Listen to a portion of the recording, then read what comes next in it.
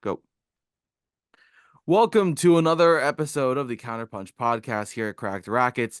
This is a special AO progress report that we'll be doing for you guys throughout the tournament. So you get to hear more and more opinions on what's going on in the Australian Open if you haven't heard enough opinions already. As always, I'm joined by my co-host Archit Suresh. Archit, how you doing, buddy? Well, a lot happened last night, so a little sleep deprived, to be honest, but I'm doing phenomenal. I'm on possibly the greatest high you could imagine. I think I'm just filled with adrenaline after all of last night's results, so I'm ready to get into it. All right, so let's start on the women's side. A lot happening last night. Should we just start with the glaringly obvious, the Iga and Danielle Collins match? We could go ahead and start with that one. You said glaringly obvious, and I thought of like five different results you could point to. So let's go with Fair you. enough. Um, I mean, a great match by Danielle Collins, hands down, some of the best tennis we've seen from her in a while. So it was really refreshing to see that. Um, Something that I've noted before, and same with what Chanda Rubin noted on the call last night. Iga tends to struggle just against really like flat heavy hitters, and Collins was hitting out of her mind last night, and I don't know. It really worked. She was hitting her shots. It was with confidence. It was very effective. But if there's anything that needs to improve with Danielle Collins, it needs to be that mental side. Um, just I hate to put it this way, but I don't know how otherwise I would put it. It was just a choke at the end. Like it's just a matter of having to close, and it's something that we know has eluded Collins in the past. And so just the importance of keeping a stable mind and being able to close in the end. Don't play games with Iga. She was putting up her hand when on Iga's serve and trying to slow down her rhythm and throw her off her momentum. This stuff isn't going to work against Iga. Yeah, I get that 100%.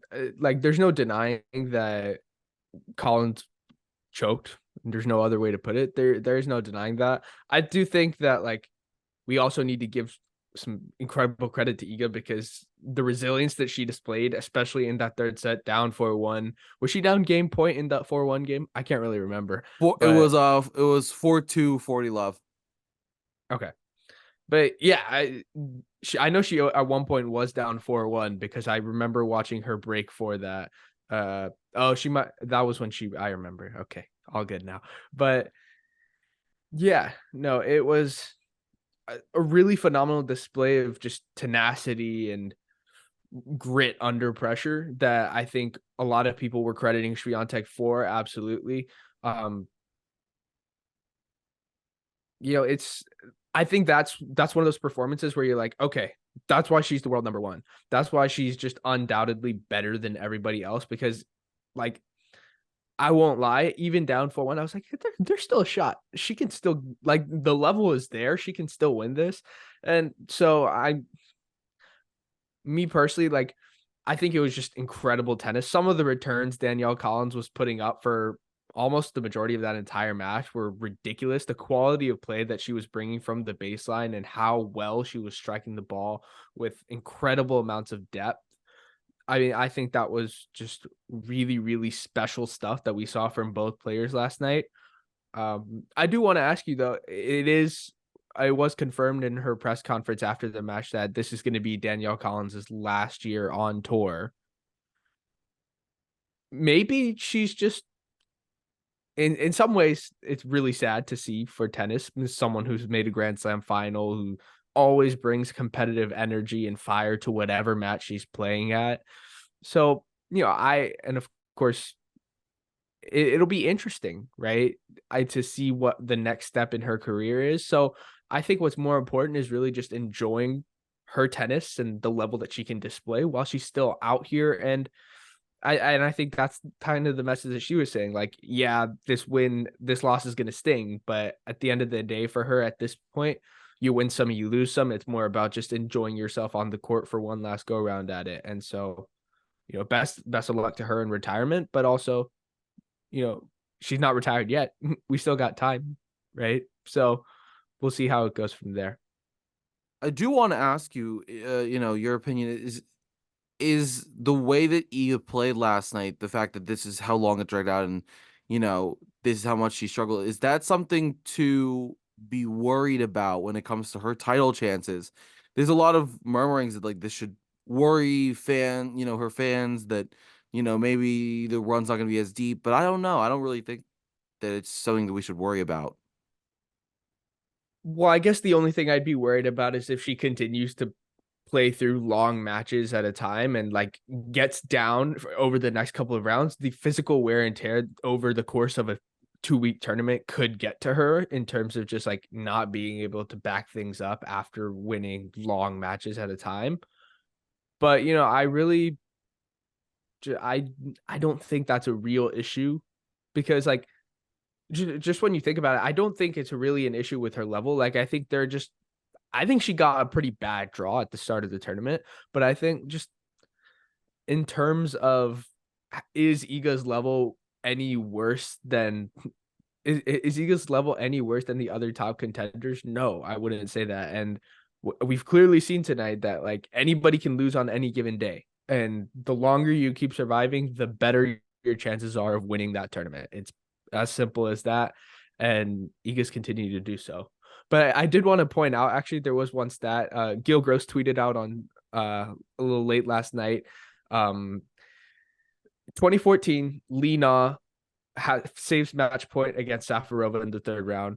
Kerber saves match point against Doi in the first round in 2016. Wozniacki 2018 saves match point against Fett second round. 2021, Osaka v Muguruza in the fourth round. They all saved match point and went on to win the title situation. Seems to happen a lot in Australia, so Iga fans start celebrating. Apparently, Swiatek's already won the Australian Open. And I think like besides the 2018, 2021, they also happen in 2 year increments. I believe so. Yeah. Yeah. 2014, And 2016, then what, 2018. 2018 to 2021, 3 years, 2021 to Yeah. 2024, 3 years. Maybe that's the new trend. Who knows? Yeah. We can sit here and joke about that all we want, but there's too much that happened in the women's draw. So let's keep going. Where do you want to go next? Well, sticking on the women's side, why don't we go to the other huge storyline? I Blinkova beating Rybakina Yeah. 22-20 in the deciding set tiebreak was the score. 4-6, 6-4, 7-6, the aforementioned 22-20 for Anna Blinkova. Whoa. I'm curious to hear your thoughts. A lot of people had Rybakina as kind of a joint title favorite for this Australian Open. We know how well she likes the conditions here. She's the defending finalist. Thoughts? I was stunned. Um, no, like you said, we know this is a place where Rybakina does really well. She loves the conditions here. It also the court and the conditions also really do favor her game style. Great mover, really nice flat, heavy ground strokes. That can throw most players on the tour off their game. She's such a good player, and we know that. And obviously, she's a slam champion in her own right. And no, and she also the other fact being that she looked great ahead of the Australian Open, like all of the tournaments leading up. Granted, that last one didn't go great, but I mean her performance in was it Adelaide or Brisbane, where she beat Sabalenka in the final. Brisbane. It's early for me, but yeah, I mean like in Brisbane she just did phenomenal, and I think um what I always look at when I'm looking at how people, how I'm expecting people to do when it comes to slams, it's usually how they prep and how they do in the weeks leading up to it, more so than like, oh, last year they did this. A player can change completely in 1 year. Like if you look at Sabalenka from the 2022 Australian Open to 2023, it's a different player. It's just a matter of like like just like we said, like we know Rybakina likes the conditions. That's what I gathered from last year to this year. But looking at her performance leading up to tournament, she looked really good. So it surprised me, but at the same time, Blinkova's not a player that you can underestimate. And there are so many players in the women's draw right now that can have these surprise outcomes, make these upsets. Um, and you'd never know, you'd never expect it. Um, and there's a lot of them. So you never Yeah. know. I just think this is a great result for Blinkova, and full credit to her as well. Yeah, no, 100%. I another stat that I want to point out, because apparently this is just a night full of stats that we got. At 42 points, the final set tiebreak between Blinkova and Rybakina is the longest tiebreak in a singles match in Grand Slam history. What are we doing here, everyone? Like, the fact that you could find a stat like that for almost every single match that was played tonight was is absolutely ridiculous. Like, we picked a very good night, I must say, to do our first progress report, because there's just so much to talk about. I Man, will also note something that was really interesting to me is that I feel like majority of the upsets came in round two, which to yeah, me that just makes so much more sense. Like I feel like I don't think we ever had like this many upsets, like this many seeded players going down around two, at least in a while. And I feel like it should kind of make sense. Usually by the second round, you're playing a player of enough caliber to, ruffle some feathers, to, make some waves, make some changes in the draw. So I don't know. This just makes a lot of sense to me, but it's gonna be it's gonna be a night of stats. It's just the nature, I think, of this many upsets. So let's head on to the next one. And this one excites me. Sloane Stevens takes out Daria Kasatkina in 3 sets. Um, it's really nice to see Sloane playing at such a high level again. Um, Credit to Kasatkina. I don't think she played a bad match. I just think Sloane played absolutely amazing. And it's good to see her playing at, the caliber that we know she can. What are your thoughts on that one? yeah, no, I 100% step by step with you. I think uh, it's just really, really refreshing to see Sloane Stevens put out this quality of play at a major. I think back to back weeks she's had good wins, right? Very, very solid performances in both ways. I'm beating a player like Kasatkina is never easy. To do it after everything that Sloane Stevens has been through in her career, and to continue to just plug away and showed that she still has the level to compete at this I guess level. Again, sorry listeners for saying level twice in the same sentence, but yeah, it's just been really, really exceptional tennis from her. And in a night full of upsets, like, I guess we just have to make sure that that doesn't get lost in the fold, right? So, like, Daria Kasatkina may have been a 14th seed, but she can play tennis like someone a lot higher, and so can Sloane Stevens being unseeded. We knew that going into the tournament, and everyone kind of knew that going into this year, but she once again proved that she just has that high level of tennis still left in her. And it's a pleasure to see that. Um, Next, why don't we move on to, I think, what is the other huge upset? Jessica Pegula losing on Margaret Court Arena in straight sets, 6-4, 6-2 to Clara Burrell. First of all, I for someone who is so consistent at the slams, and Jessica Pegula, I think this may have been the most surprising loss. I guess maybe you could go with the Blinkova to Rybakina loss, but I don't know. Like, you get the feeling that this was a chance for Pegula to really solidify herself among the tier one WTA contenders. And who knows if Rybakina gets out and Swiatek's having trouble. Who knows that maybe Pegula can really start sneaking into that upper echelon of slam contenders in this one tournament and go on a run. But I guess it just wasn't meant to be for her, losing in straight sets. What did you see from Clara Burrell? And yeah, I'd love to hear your thoughts on it. I mean, to take out a top, top five seed in straight sets is no easy feat. Everybody's gonna know that, and the performance that Clara Burrell put up, just so good, and it's exciting to see another one of those like much younger players really breaking through. And you talk about opportunity, and something that I just really noted was like you look at this draw, and we're gonna go through so many upsets already. This draw is going to be such an opportunity for, you know, anyone who's been, let's say, like in the top 20, top 30. to make a solid run at a Grand Slam, and you look at the top seeds, like to me, there's five contenders left, and it's Iga, Sabalenka, Coco Gauff, Ostapenko, and Zheng Qinwen.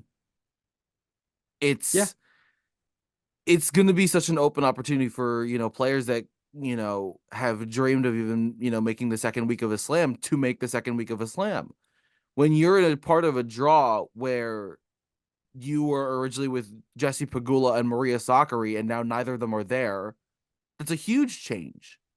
And in the positive for anyone that's left of that side of the draw. So I don't know, Yeah. but back to Clarwell, I think again, another great player that has had these murmurings and has been, discussed briefly, but now really making her statement, and it was great to see. Yeah. No, absolutely. And I think just one thing I want to point out, one of these players will reach the Australian Open semifinals on the women's side. Blinkova, Paulini, Kalinskaya, Stevens, Wong, Zhang Xinwen, Doden, and Burrell. It First of all, if you're Zhang Xinwen, great opportunity to make your first slam semifinal. You, But if you're if I'm anyone, Zheng if you're one Qinwen, of I any, am thrilled. yeah, but in those moments you've seen like you can't let up at Yeah. any moment, right? Because like anyone can beat anyone as evidence today. And so it's just it's one of those things where in some ways it's going to add even more additional pressure to her to follow through and, maximize her seeding and where she is in the draw. And for any of these other players, they're going to look at this as an opportunity too, right? A lot of them are going to have career high, uh runs at slams, right?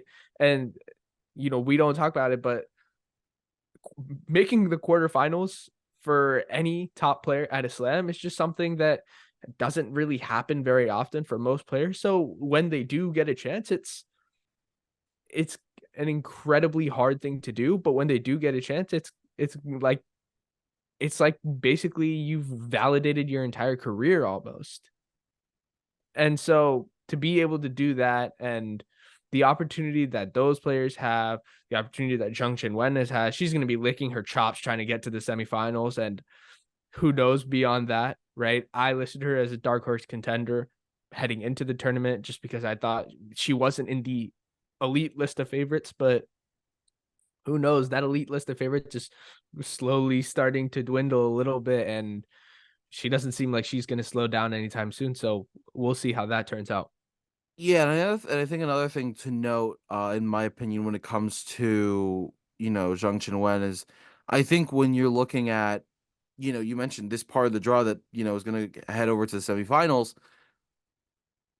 By the if she's the last semifinalist remaining, right? If she's the one that comes out of that portion of the draw, or anyone else, like even you're talking about Sloane Stevens, you're talking about all these great players, Paulini, it goes on and on.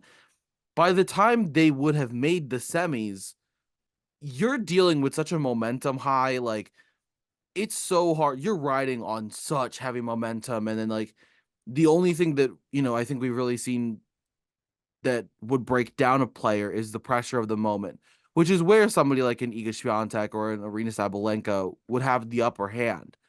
But to make the semifinals of a slam, you have to be a high caliber player, and you know that plus the momentum that you're going to be riding on, having won all of these matches on such big of a stage.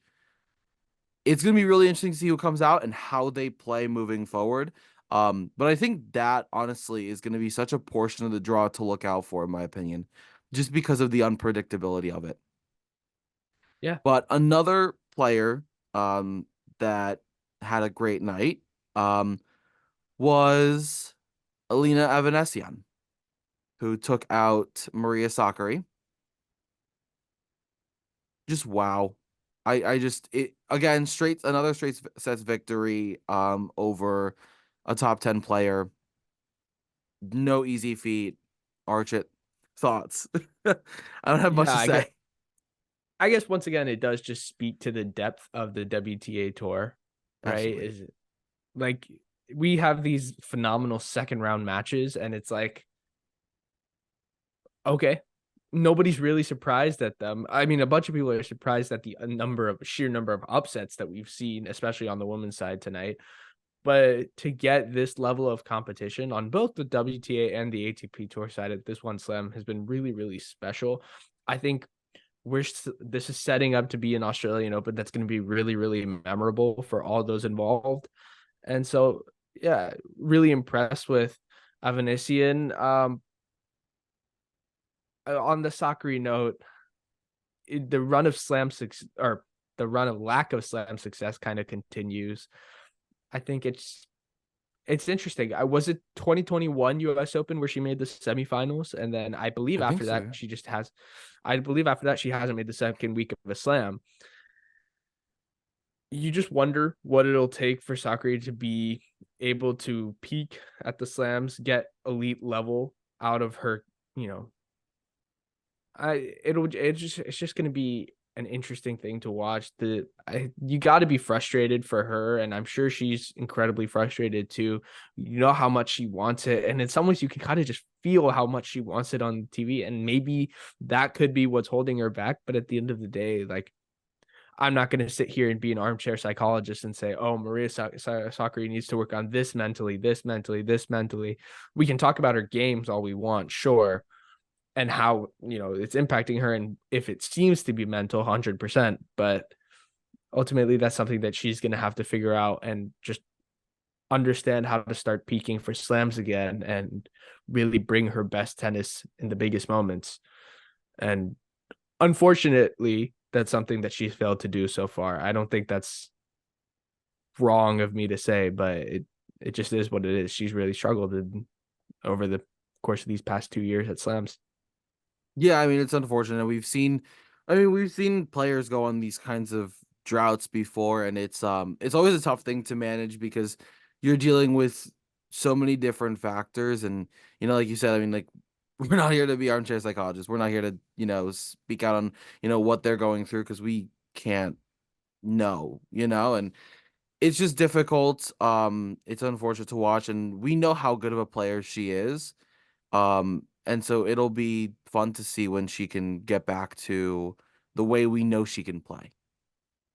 Um, Yeah. where do we want to No. go next? I'll let you pick up the next match. Well, yeah. I mean, why don't we rapid fire through some of the rest of these results? No other really massive upsets. Some still some very high quality matches between top players.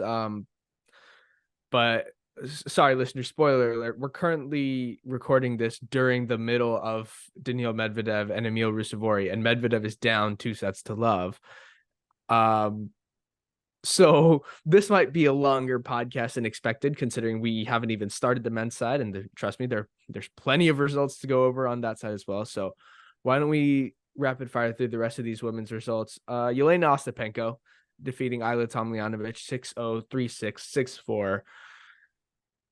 This one was one that had a lot of buildup to it after what happened at Wimbledon last year between the two. Tomljanovic prior to the match said there's no real bad blood. She has respect for Ostapenko, and they were just going to go out there and compete, and that's what they did, right? Ostapenko just solidly and really quietly one of the most consistent, runs, actually the most consistent. I don't know why I'm saying one of the most consistent, because now she seems to have put it together for longer than the course of a calendar year, right? I mean, I think we saw this level from her all of last year and to the start of this year. So we know how dangerous she is when she catches fire. I think, in my opinion, she's the most unstoppable player when she's on the WTA tour. So yeah, I guess the advice I have for everyone else: don't let her get hot, because if she does, it's game over for at least one top seed. So we'll see how it goes from here. But big win for Ostapenko into the third round. Any thoughts for Ostapenko Tomljanovic, or do you want to move on? I'm happy to move on. No, like you said, we've talked about it before. Ostapenko's such a good player, and when she's, it's one of those, situations where when she's on, and it's so hard to stop a good Ostapenko. Like even like every top player on the tour right now has had difficulties with Ostapenko at one point or another, and we know how good of a player she is and she can be. So, after having a last few years where results really were just a roller coaster, like she had on days, off days, and you kind of didn't know which Ostapenko you were gonna get at a given match. Um, so consistency from her has been a welcome surprise. It's a lot of fun, and she injects a lot of different um, you know, possibilities and a sense of, unpredictability into the draw. So it's always fun to see her play, Yeah. as well as we know she can. Yeah, 100%. Going through some of these other results, Victoria Azarenka in a match that just finished, beating Clara Tauson 6-2 in the decider. Big win for Azarenka, through to the third round. Could she be shaped up for another run here? It'll be interesting, right? There's Another player that we know enjoys, the atmosphere, the climate, the atmosphere here, and is well adapted to it. Two-time champion in her own right, and a few finals as well. So we know that she enjoys playing here, and we know how good she is. So it's gonna be fun yeah, to see for yeah, sure. 100%. Going through the rest of these results, Raducanu losing to Wang Yifan. Tough one. I'm actually pretty encouraged by the level Raducanu's shown over the course of the month. If she's able to stay healthy, I don't really doubt that she's going to be able. I think this was a good opportunity for her to try and get some momentum going, but I guess it just wasn't meant to be. Losing 6-4 in the decider, you know, I think she was pretty good. She had a pretty good, pretty high level. Tough to see. But yeah, going on. Yastremska beating Gracheva, Golubic beating Siniakova in 3 sets. I think that's a really interesting match. Did we already talk Emma Navarro beating Cochereta? No, we didn't. But I Emma don't think we Navarro, did. yeah, Emma Navarro beating In Cochereta 4-6, an six an two, Emma six Navarro three. that's in great form. Yeah, 100%. Yeah, Yeah, she's playing great, and it's really good to see. And I think if there's anyone listening that loves to root for the underdog and root for a dark horse, in terms of like making a deep run, I think Emma Navarro would be a great yeah, pick that at least for American fans, hopefully, will not disappoint anytime soon. yeah. So I agree. I would push back on the whole underdog dark horse thing. yeah, She won a title last year. Like these are no, the I just signs that I I I said get what you were under trying to say. Yeah. I said dark horse in terms of like making a deep run in a slant. No, She's not the I Emma Navarro's 100%. not Yeah. the first name that's going to come to your. I'm not saying that she's not going to beat Coach but like No, Emma no, I Navarro's not get the what you were first trying name to that say. comes to mind when you say who's going to be the finalists or who's going Yeah, to be in the semifinals. absolutely. I get what you were trying to say. 4-6, 6-3, 6-3 beats Cocheredo. The pathway, I will say, the pathway to her making a second week has never been more clear, right? Like she can do it, and if she does, well, earlier last year, to give you reference why I'm giggling right now, earlier last year, I did a pod with Gruskin saying that Emma Navarro could be a top 20 player when we were discussing her ceiling. And I felt like that's a pretty fair statement. It's a fair assumption. And yeah, and he was pushing back saying, which rightfully so, he was like, what are because of the depth that you see on the WTA tour, what are the weapons, right, for Emma Navarro to make it? And I was like, well, the fact of the matter is she doesn't really have a reliable weakness for people to pin down on. And, being solid is her strength on the WTA tour. And Which listen, can be really, really yeah, helpful is if you have if you have a solid game, like you said, like no major weak points, plus like good mental stability, you could be a very like disruptive force in the WTA. no, I agree. And it, she's seated 27th in the world, right, in the tournament right now. And I think a couple more wins easily gets her top 20, but she was playing really, really well. I feel pretty confident that she's going to go on to get that top 20 win. I don't want to count my chickens before they've hatched, but suck it, Gruskin. Next, Yeah, I was gonna say I think we're gonna need the to send a few texts to Gruskin if it happens. yeah, why don't okay. I think that's all the women's results we have for today. No, Um, I was gonna say I think we have a few more in my opinion at least. okay, go ahead, go ahead. Magda Frank takes out Caroline Garcia. Alicia Parks takes out Leila Fernandez. Oh, I forgot about Um, Garcia. Okay. and the one that I think I just this is the one that I think we have to close on because what better of a note? Mira Andreeva taking out Ons Jabeur 6-0, 6-2, the youngest player. Another stat for you all. Mira Andreeva, the youngest player in tennis history to bagel a top 10 seed at a Grand Slam on the WTA tour. What a level we're seeing from, I can't believe I'm saying this, a 16-year-old? Yeah, Just no. absolutely insane. Another stat line. Uh Andreeva is one of three 16-year-olds that made the second round of the Australian Open and one of two 16-year-olds that have made the third round. Just wow. Yeah. Just yeah. Thanks. Wow. Just I can't fathom it. And I think you know, it was I mean, it was unfortunate to see the Minister of Happiness go home, but I mean, there's going to be so many more opportunities for Ons Jabeur, and she's such a good player. And full credit to Andreeva for the performance she put up. She's been playing phenomenally this tournament. Yeah. No, I agree. Um, people like to when we talk to everyone else at Correct Records, they like to say that we're young, right? And they like, they always comment on the fact that, oh, you got so much time to grow, you have so much potential, you're so young. And then I look at someone who at the age of 16 beats the top 6 seed at a slam, and I'm just like, what have I done with my life? Yeah, but but yeah. I mean, that's how I felt like even when Coco Gauff started coming on. I was like, Coco Gauff's a year younger than I 100%. am, and I was like, she just beat Venus Williams at a slam, and I'm sitting in a high school classroom. Like, what am I doing with my life? Exactly, 100%. And Mira Andreeva should be sitting in a high school classroom, and she's beating Osher. um, but no, I 100% agree. Just But it's incredible level hard from to at the same her. time The future it's is so just hard so to so bright. argue such a talented player. No, I agree. The future is just so so bright for her.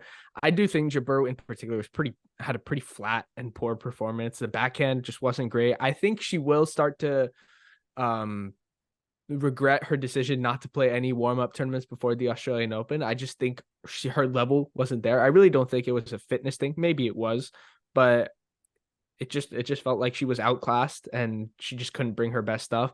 And I think if Ons Jabeur had brought her best stuff out on court that day, she probably wins that match. But again, not to take anything away from Andreeva, that's an incredibly special performance. I can only dream of doing something like that at the age of 16. But yeah, really, really special stuff. A lot of young players having moments here at the Australian Open. I think you mentioned that out of all the players into the third round, 3 of whom are teenagers, 3 of whom are 16. That's correct. I think it's two in the third round, three in the second round. Ah, yes. Yeah. But yeah, Because no. Korneeva lost to someone Yeah, I do remember this now that you mention it. to Bia Maya. Yes, that would be correct. But yeah, incredible performances from everyone. It's been such a fun draw to watch. But to close the women's side for us, Archit, I mentioned my five, um, which is a little bit cheap from my end to name five, but maybe I'll narrow it down for us. Who are your current favorites as the draw stands to, I don't know, let's say, make semifinals, finals of the Australian Open here? Well, yeah, I think it's definitely 3 of the names you mentioned. Sabalenka, 100%. You have to make a case for her. She's a defending champion here. You know that her serve plus 1 game works here, and she's very dominant at it, as we've seen. Yeah. Iga Swiatek, even though she's shown struggles against Collins, I don't think that was really her level dipping off too much. I don't think she was playing her absolute best because I'll be frank, if Iga's playing her absolute best, she's winning 0-1, Yeah. right? Because, but Yeah. I don't think it's possible to be playing your absolute best over the course of 2 weeks at a slam, right? You have to figure out how to just survive and kind of advance through the draw and work your way in so you're peaking at when the lights are brightest, right? And that's in deep into the second week, and hopefully she can continue to do that. But I'm not going to bet against her solely because she's the world number one and she's already won 4 slams by the age of 22, so I'm not worried. And then I would go Coco Gauff because again, she won the US Open last year. The level she's playing at is really, really high. I do think she's like kind of had her struggles in terms of just like she's had lapses at the beginning of her matches, both against Caroline Dahlheide and I'm blanking on who she played in the first round. Um, I'll get there. okay. Well, while you get there, I'll say that, it's just what Coco Gauff has done. Really, really special stuff. And like we're talking about her like she's a finished product and she's continuing to compete for slams before she even hits the age of 20, right? Like people don't talk enough about the fact that Coco Gauff is 19, Yeah. right? It's like We that's should something discuss that it more. yeah, like we talk about her like she's 25 because she's been around for so long, right? Like we all remember when she popped up in everyone's kind of radar in 2019 Wimbledon, I believe was the year. And you know, 4 years from now, and she's 19 years old. Yeah. So, and she's won a slam and she's done so many incredible things in this sport. Anna Yeah. Schmidlova. Yeah. Anna I just Schmidlova. pulled it up as well. Yeah. Um, No. I To agree. me, That's my yeah. short list. And then I'm going to throw Zhang Chen in there just because I think her draw is pretty open and she should be. I'm not saying she will because she's still young. These things kind of happen where you have the draw laid out for you and you lose, right? And Yeah. if anything has taught us, I mean, if last night has taught us anything, Expect the it's unexpected. yeah, 100%. And you can't count on anything to happen in Yeah. these tournaments because players just they do bring their best tennis at slams, right? And that is what is so special 100%. about these tournaments. And so if if Zhang Chenwen can, really, really use her weapons well and just navigate her way through the draw, I think she can find find herself in like a semifinal or maybe even a final and maybe even give her a chance to win this event. But yeah, that's my short list for contenders to win the title. Yeah. To me, my semifinals are Iga versus Zhang Chenwen and then Coco versus Sabalenka, which that latter match I'd be very excited to see what happens in that one. To your point, it's so hard, regarding Iga, it's so hard to keep up and maintain such a high level across the 2 weeks of a slam. And if there's anything I've learned, as we know, the kind of resident Iga expert per se. I hate to say the word expert because I'm not. Um, but I sure do know a good amount about her. And watching her over the years, and especially these last few years where she's really been, at the peak of her game, um, Iga isn't usually at her strongest in the first week of a slam. She's getting there, she's adjusting, she's making the adjustment that she needs to make, like you saw against Danielle Collins. And I think that's a huge part of being such a top player is when things aren't working, you adjust. And to me, what we have seen is that when Iga Swiatek makes the second week of a Grand Slam, she is dangerous, hands down. Um, when she falls, when she makes the second round, the second week of a slam and doesn't win it, somebody, a top name has taken her down. It wasn't, for a lack of better term, Joe Schmo world number 300. It was Arena Sabalenka. It was, Krejcikova. It was Rybakina. It was, no, Coco Gauff hasn't done it at Slam, but you're talking about big name players who, you know, have a lot of merit and credit to their own right because they beat Swiatek, playing their game, and they beat Swiatek, just straight up by beating a prime level Swiatek, for lack of a better term. So Yeah. and I think this is something to be said about most of these top players. Like, it's a rarity for someone to be playing at their very best week one and then carry that over throughout the second week as well. It's usually an ebb and flow. It's building momentum, and that's majority of the Slam champions that we've had over the last years over history. It starts off kind of slow, and then they ramp it up in the second week. Is just that's why it's so entertaining because you have top players at the best of their game. Yeah. No, I agree.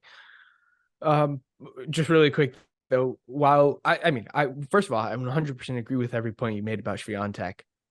I did want to throw one other name in my contenders list, just because it could happen. It could still happen. Yelena Yelena Ostapenko. Ostapenko. Yep. Yeah, I thought the same thing. I thought the same thing. like This is a name. This is like there are a few names that are like Swiatek's kryptonite, and Ostapenko might very well be one of them. 100%. And it's just it would be so fascinating It if comes Yelena it Ostapenko just goes on one of those runs, and of course this would be the tournament that it's at, right, where she just becomes virtually unbeatable for a week and a half, and it could happen. It could happen because she's put up really consistent results and she's playing well. Like she's playing really, really well over the course of I guess these last 12 months or so. yeah. Really special tennis from her, and we know she's capable of it, but that's what's required of her to beat a person like Swiatek, and that's what's required for her to really compete for this title, which I think she can do. I think we spent enough time on the On the women's draw. yeah. We still have quite a bit of results to get to. It Let's head looks over to the men's and Yeah. Apparently, it looks like Daniil Medvedev is trying to delay this recording as much as possible because he's fighting back in the third, but he's going to need a late night miracle to win this one. He's up a break in the third set after losing the first two to Emil Rusevori. But why don't we head over to some of the action that we saw from last night? I'll let you take the lead wherever you want to go. wow. I will say as a stark contrast to the women's side, we have a lot of wow. Okay. God, I don't know, something about seeing Novak Djokovic's name with four sets next to it, both matches, really ruffles my voice up. No, as as opposed to the women's side, a lot of the seeded names making their way through the draw. On the men's side, Novak Djokovic still in the fight. Ben Shelton, Taylor Fritz, still in the fight, just based off of the first few matches on the draw. Um, I don't know. I think we've seen some really entertaining matches, and um, where do you want to focus? I mean, do we want to go to Novak, the Americans, maybe some upsets? Yeah, well, I guess we can touch briefly on those and then head on over to the upsets that we see play out last night. Yeah. I mean, Yeah, Novak Djokovic is Novak Djokovic. Yeah, me personally, I'm not really worried about it.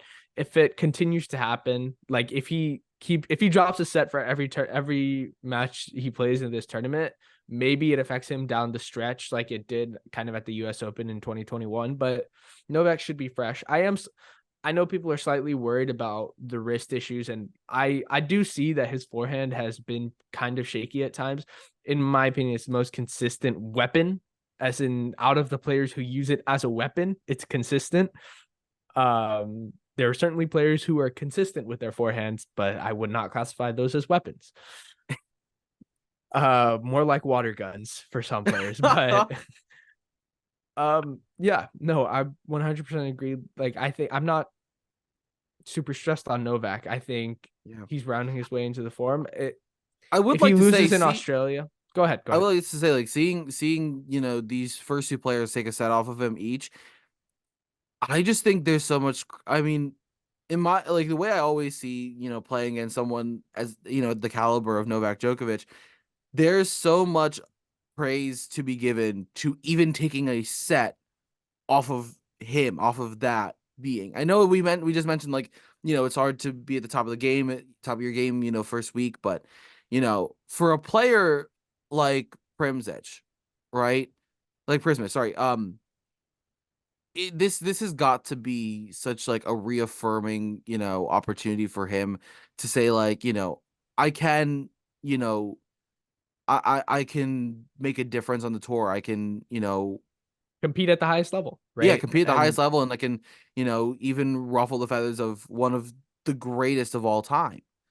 So, and especially because he's so young and his game is so fun to watch. I just would love to see where he goes with this, yeah, no, I agree. He has potential in spades. I think Tremendous he's upside.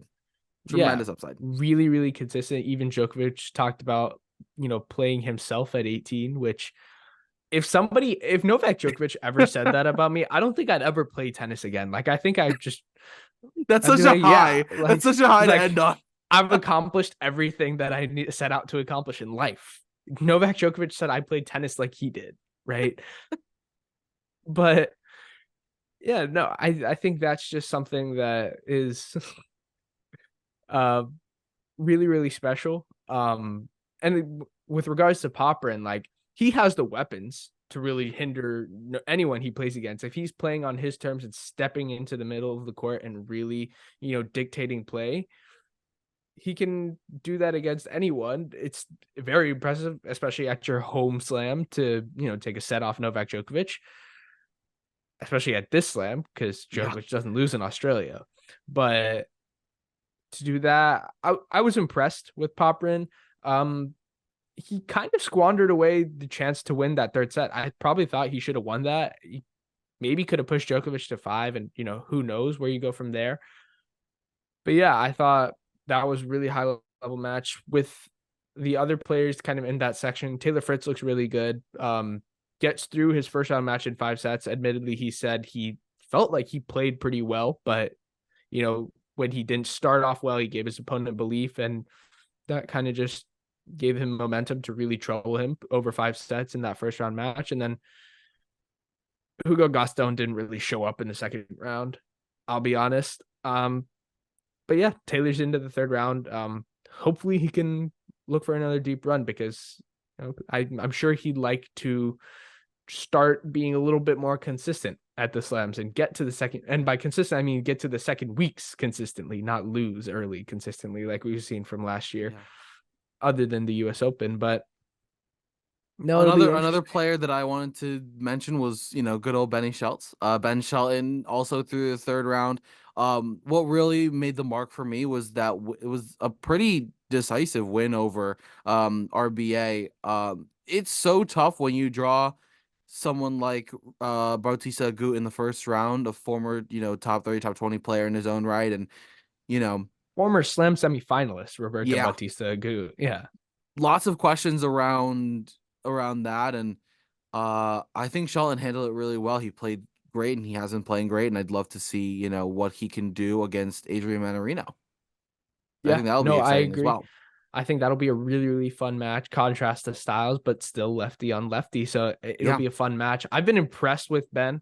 I think even if, I'll be honest, I don't think he's going to reach the quarterfinal again, even if he beats Manarino, because there's a guy named Novak Djokovic in the fourth Djokovic's round. waiting But for him. Yeah, I would really like to see, well, most likely Novak Djokovic will be waiting for him in the fourth round. Let's not. I'm. Yeah, but I'll be honest. At the same time, and this is a discussion that I think is so commonly had, and it's always the luck of the draw, and it's so hard because I think in most other quarters of this draw, Ben Shelton would be through to the quarterfinals. We I agree. like He's playing really, really high level tennis. And like if you honestly, don't I can put him in Novak Djokovic's quarter or in like Alcaraz's corner, his quarter, to me, he's a quarterfinalist. I agree to some extent. Like I know it's a little bit. the level he's shown is Yeah, that of a quarterfinalist. yeah. But I will say, just like I wouldn't be shocked if a guy like Manarino beats him tomorrow, right? And like Ben is still at a stage where he is developing. Like the weapons aren't there day in day out. The serve is always going to be there for him. But if he's serving well and serving smartly, is the difference. You know, with Ben, I think that's just. I think it's going to come with time. I'm not really worried about him. I've always looked at this year as kind of a real building block year for him, where he has to kind of show that he can. Yes, like the majors. I always think Ben's going to be really good at the majors because I think best of 5 lends itself to the way he plays, and I think he competes when the lights are brightest. And in the biggest moments, I know Ben Shelton's not going to back down, right? But what like I think this year to me for Ben is more about putting consistency and success week to week to week, right? Like even if the slam results dwindle a little bit and they go down, I want to see him reach more quarters and semis at like 250s and 500s. I want to see him win back-to-back matches at the next tournament he plays, not, not go through a 3-month dry spell where he doesn't really win much, which I'm fairly confident he will, by the way. His tour level has been really, really successful. I mean, he even reached the semifinals, and I think was it Auckland that he played. But I think so. yeah, no, I'm not really worried about Ben. But I do think he's got a real shot at, if he can get through Manarino. I think he's got a real shot of troubling Novak.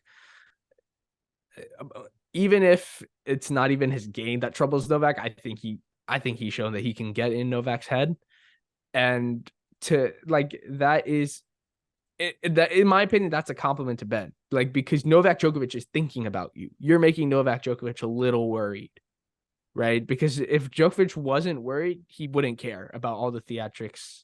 There Well, are not many all players overall that Novak Djokovic is worried about. yeah, And if your name slips onto that list, hats off to you.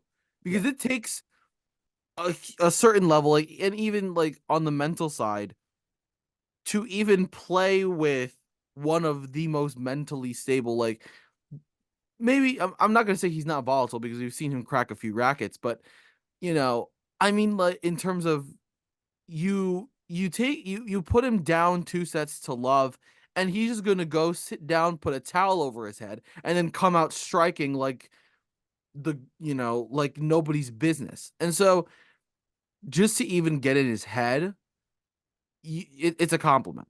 It's a compliment, yeah. 100%. No, I agree. But yeah, why don't we rapid fire through the rest of this, because we do have to get to Some other big last night's matches that match. happened. Yeah, we do have Francisco to get to last night's Cerundolo matches. goes down to Fabian Marochan. Um, Lorenzo Musetti loses to Luca Van Asche. Tsitsipas through the third round. Sinner also through the third round. Um, Tiafo falls to Thomas Machak in straights 4-4 and 6. Any thoughts there?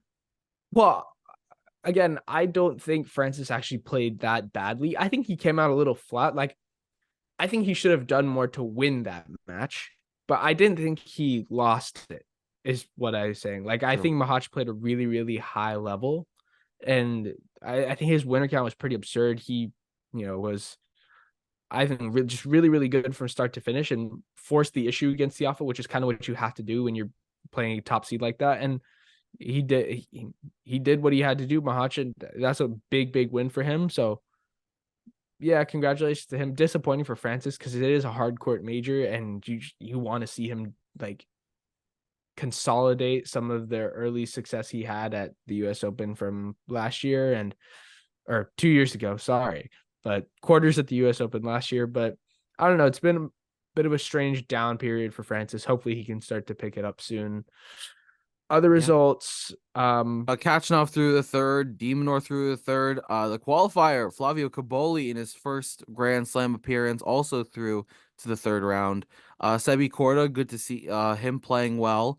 Rublev after a match against Chris Eubanks, also through. Let's yeah. talk about this After one. going 5 with Sabah Vilch, Yeah, big big reset for Rublev. He often struggles face against Sebi guys with Korda weapons. Yeah, in the tough third. match. Yeah, but Demonar through that section looks really interesting because like there are a lot of guys who I think could get through. But I do want to talk about this one. Holger Rune falls to wild card Arthur Cazot. I just close my tab like I do. Um, but well, yeah, yeah, big win for the 18-year-old Frenchman Arthur Cazot. Not the not much only to French anyone with. Arthur on the block, Arthur Fee. Arthur Cazot's there. He's proven it. Big, big wins for French teenagers that aren't Arthur Fee, right? Like Luca Van Asche, beating True. Musetti, Yeah. Arthur Cazot beating Holger Rune. Like those are big, big wins, and really, really interesting matches as well. Because like you wonder, just like these guys are like the young guys of this group are just. Oh, sorry, I got a little distracted because Medvedev just won the third set in his match, so we're going four at Oh, least. But yeah, I've been so impressed by this younger generation of ATP players. They just yeah. come in with no baggage.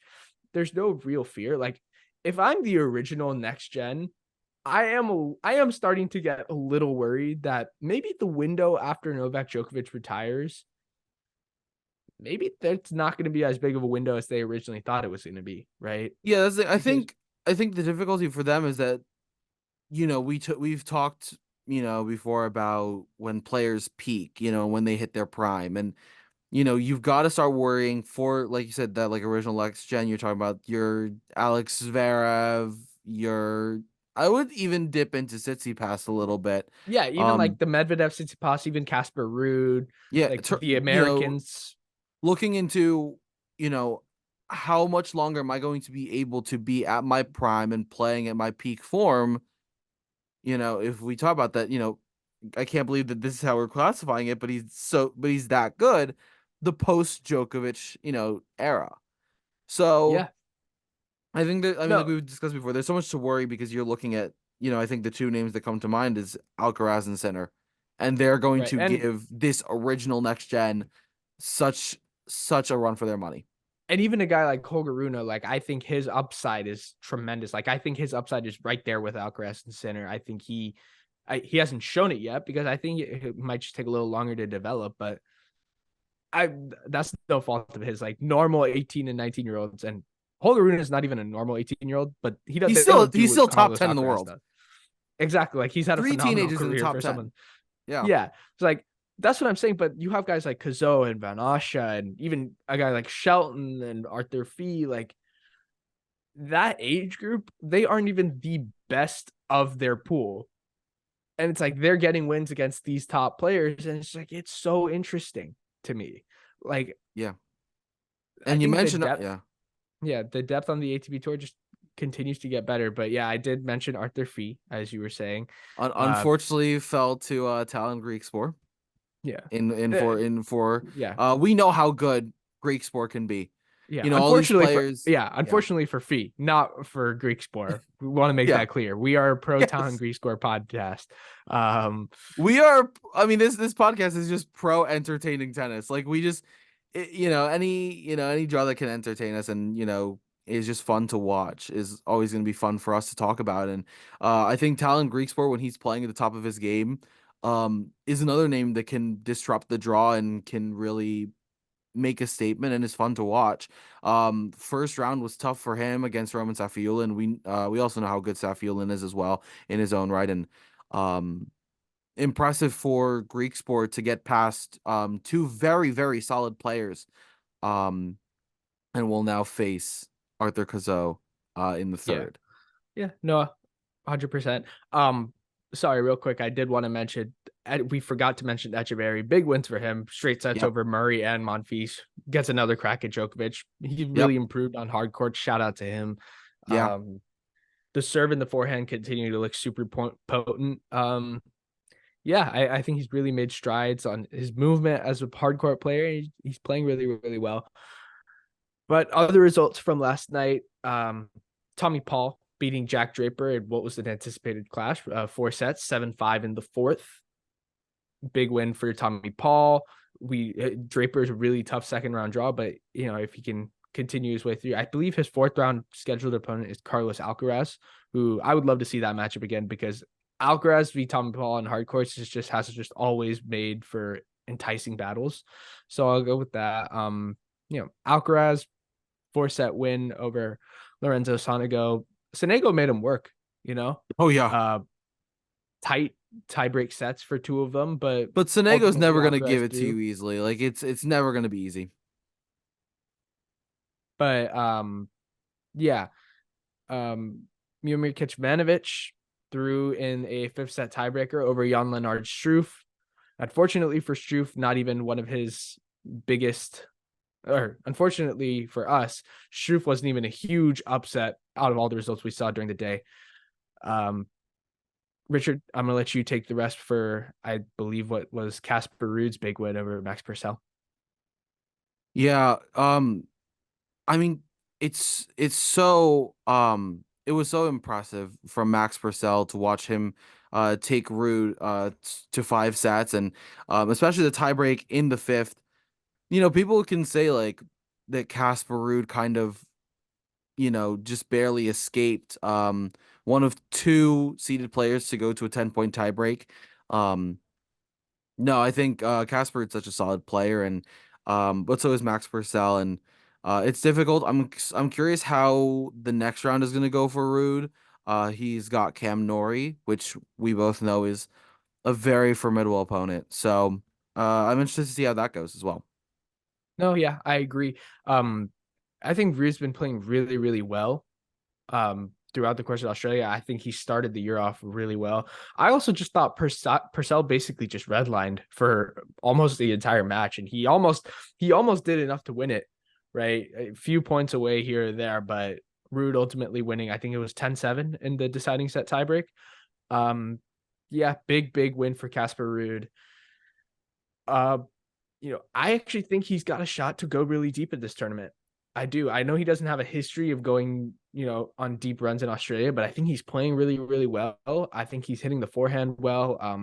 I know he lost a couple of sets to Purcell today, but I think he's playing well, man. Like that's all I really got for Casper Ruud. But why don't we go I on think I to think the match of the night last night was Alexander Zverev versus Lucas Klein. So let's get to it.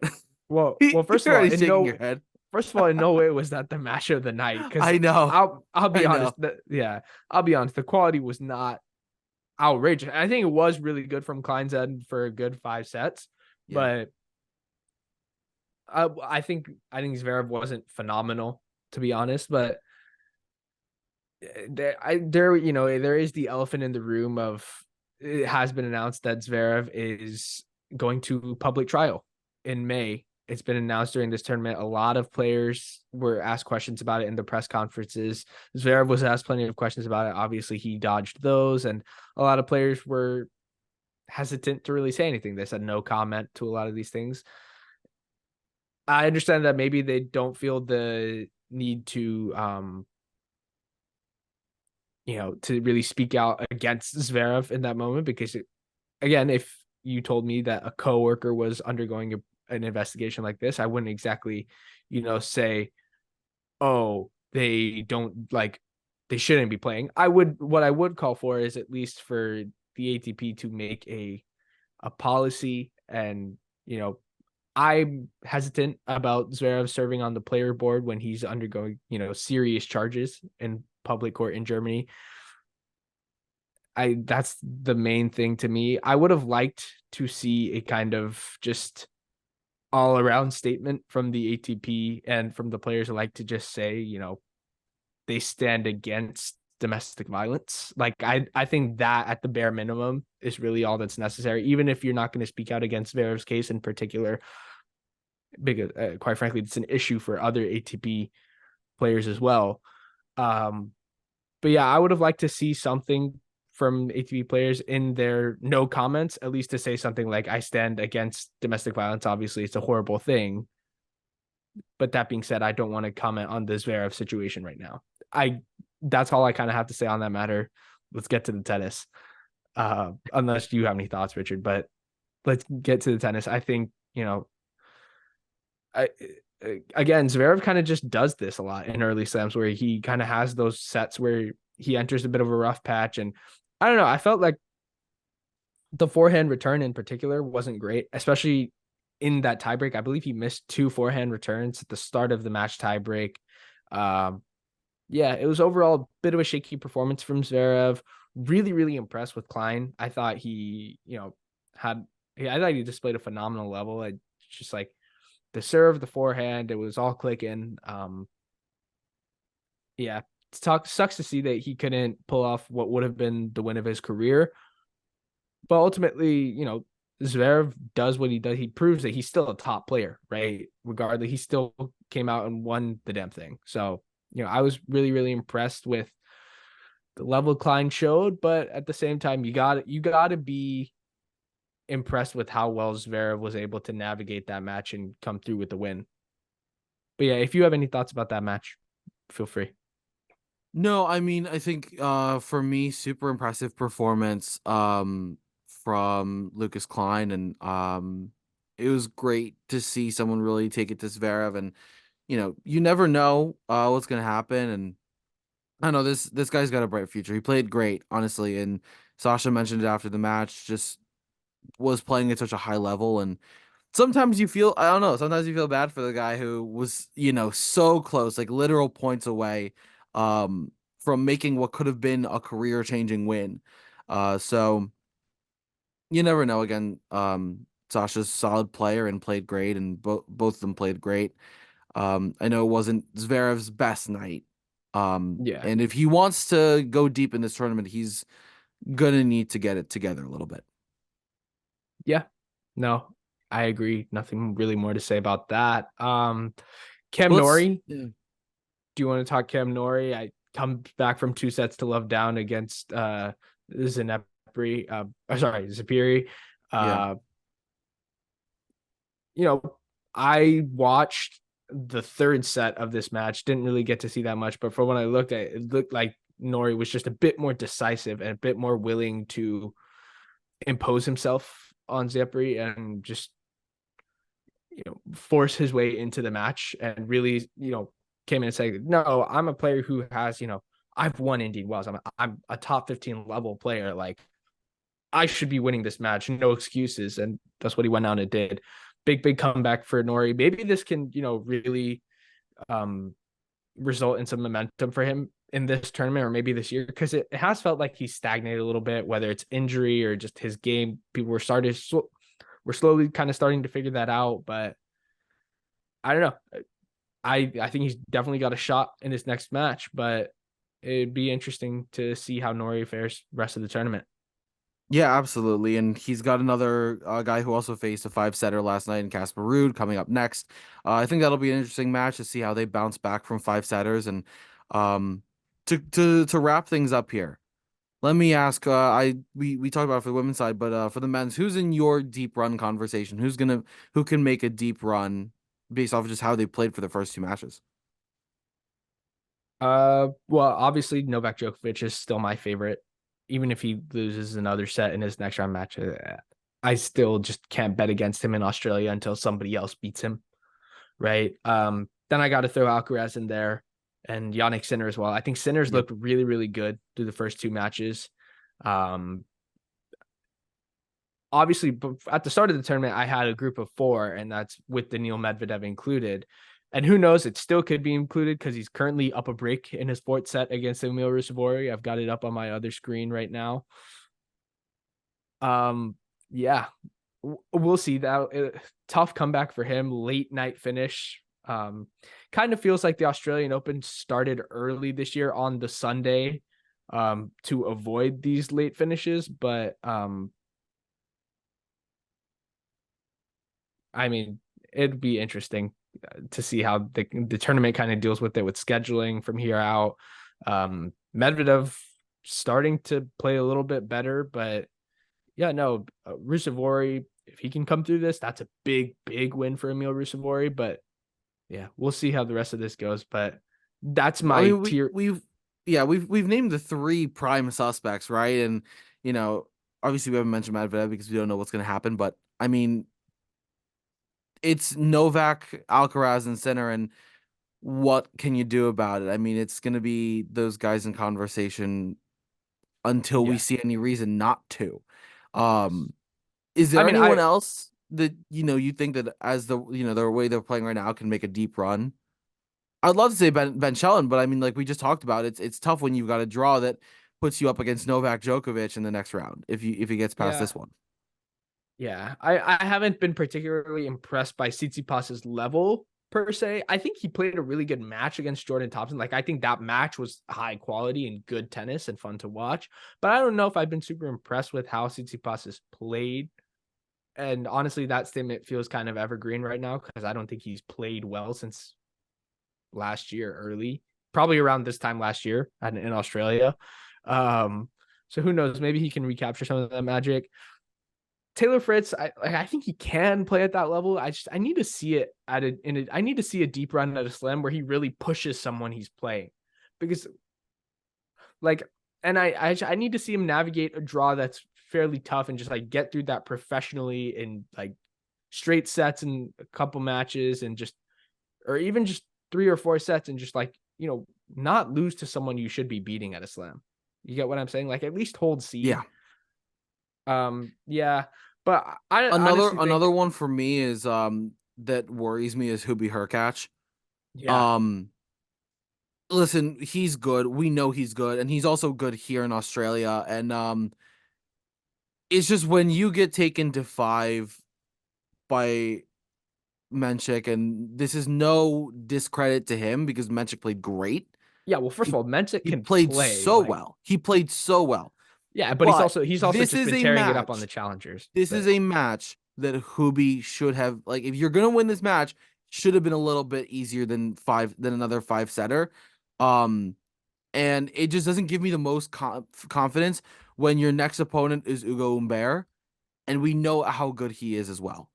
yeah, So I never mean to discredit an opponent, but if I'm saying that you made someone struggle, that is a compliment in of itself. And to make someone like Hubie struggle, especially someone with such a like big serve as him, it just makes me question, Hubie's potential and how far he can go. So I don't know. I think he looks fine. I think I'm going to judge a lot of how I expect him to do here based off of how he can do against Umber in this next round. yeah. No, that's fair. What I will say is I think Mensik is a very, very talented player. I think he's got a Yes. lot of potential. I think he's going to continue to grow and be a really, really top, you know, high top level player for a long time. Other wins I want to throw in. Big win for Alex Mickelson, the 19-year-old American, beating Yuri Lehechka in 4 sets. I've long been a proponent of Alex Mickelson's game. I believe that he's a special player with a bright future. I I think prior to last year he was outside the top 500, and at the start of this year he's close to a top 50 run, which And I also want to say I think this is a guy that can really trouble Zverev. I Can agree. really trouble him. I think he can last backhand to backhand with Zverev, and there's very few guys who I think can actually do that. And I should, yeah, I like the matchup, but again, I'd probably be picking Zverev if we're being honest. But I think Matt Mickelson can really trouble him. But Yeah. yeah, there's that, and then This is I I mean, for me, I'm just going to say I like Zverev Mickelson is in no way shape or form a 3-set match. It's not a straight set match for me. In no way. I'm really gonna laugh if Zverev wins in 3 sets. But yeah, what would have been funny is You if can it's call me and laugh all you want, but I think it's gonna be a fun match, and I yeah, think it's gonna yeah. be. I think Mickelson takes at least a set off of him. I agree. You know what would be really funny is if Mickelson wins at three 1 and 3. sets because yeah. Um, but anyways, why don't we go on? Felix Auger-Aliassime kind of putting together some form, wins 2 rounds, beats Dominic Thiem, beats Hugo Grenier. Um, I We'll like face FAA either just needs, Rusevori or Medvedev in the next round. yeah, FAA just needs to start winning again. And if he's It's such a starting to do simple. it, It's such a simple ask, but it's such a unnecessary ask. yeah, but he's starting to do it right. Like Felix, I think the Team Felix match was actually pretty high quality from both players. It Sucks for was, Team, yeah, really really brutal loss for him after that comeback. But yeah, no. If I'm both players, I'm pretty pleased with my level. Felix, I think looks good. It'll be interesting to see if he can trouble Medvedev, if he can come back from this deficit, or Rusevori. Felix might like his chances there. We'll see how that goes. One name we didn't talk about, well, 2 names, I guess, are Demonor and Grigor Dimitrov, who I think can make deep runs at this tournament. Um, I'm really yeah. Playing the excited way for they them. have been, 100%. Yeah, no, I 100% agree. Uh, yeah, those are real dark horses. I feel like we're gonna have time to continue to talk about them through the rest of the tournament. That being said, this episode's gone on for quite a while. Um, Sorry, listeners, but the Australian Open did not give us a break last night. So, No, and but maybe we'll unfortunately, get a break for the next one. But Well, it looks like we're not because apparently this match it didn't give us a break last night. It's not giving us a break this morning because Medvedev's up a break in the fourth. So Ugh, we'll see, so we'll many see how this breaks. goes. Yeah, exactly. But we'll see how this goes, and that's it for me. If you want to close this out, Richard. Yeah. With that said, that's all the time we have for this first progress report for the Australian Open here on the CounterPunch podcast. Stay tuned. We'll have progress reports coming throughout the 2 weeks of the Aussie Slam. So with that said, that's all the time we have. Thank you guys for listening. We'll catch you guys next time. Goodbye.